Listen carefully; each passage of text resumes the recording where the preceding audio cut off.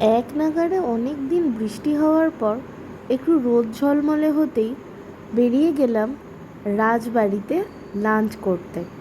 এতটাই সুন্দর ভিতরটা এবং বাইরেটা সাজানো গোছানো যে বসে খেতে ইচ্ছার মনটা আরও বেড়ে গেল।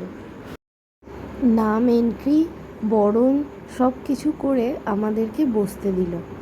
টেবিলটা অসাধারণ সুন্দর করে সাজানো, আর চারপাশের অ্যাম্বিয়েন্সটাও বেশ সুন্দর।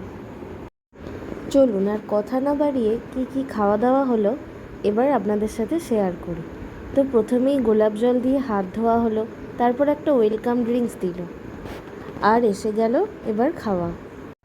অর্ডার করেছিলাম একটা ভেজ থালি, চিকেন ডাক বাংলো আর ফিশ কালিয়া। এবার আসি খাবারের কোয়ান্টিটি ও কোয়ালিটি নিয়ে। ভেজ থালিতে ছিল 3 রকম ভাজা, ডাল, আলু পোস্ত আর ধোকার ডালনা, পায়েস, চাটনি, পাঁপড় ভাজা। আমি যেহেতু ভেজ খেতে পছন্দই করি, তাই আমার ভেজ থালিটা অসাধারণ লেগেছে। গরম ভাতের সাথে ওরা ঘিও দেয়, সেই ঘি দিয়ে ভাত মেখে আলু ভাজা আর বেগুন ভাজা দিয়ে খেতে আহা, সে যেন অমৃত। তারপর একে একে ডাল, ধোকার ডালনা, পোস্ত সবই খেলাম। আমি ডাল দিয়ে পোস্ত দিয়ে খেতে এতটাই পছন্দ করি যে এক থালা ভাত খেয়েই নিতে পারবো। আর ধোকার ডালনা দিলে তো কথাই না। কিন্তু না, সব ভাত খেলে হবে কি করে, এখনও যে কাতলা কালিয়া আর চিকেন ডাক বাংলো আছে। তো কাতলা কালিয়াটা খেয়েছি, অসাধারণ লেগেছে। মাছটা ভীষণই ফ্রেশ লাগলো। মাছে ভাতে বাঙালি বলে কথা, ভালো তো লাগবেই। তারপর আসি চিকেন ডাক বাংলো।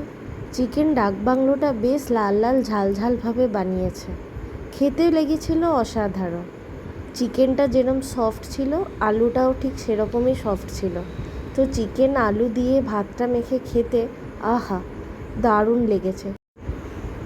আমার তো বেশ ঝাল লেগেছিল, তাই লাস্টে একটু চাটনি, পায়েস আর পাঁপড়ও খেয়ে নিলাম। খাওয়া দাওয়া শেষ করে আশপাশটা আরেকটু ঘুরে নিলাম। একটা পুরনো গ্রাম্যফোন আর পুরনো দিনের টেলিফোন দেখে বেশ ভালো লাগলো, সেটাও একটা ছোট্ট ভিডিও করে নিলাম। সো আজকের মতন টাটা।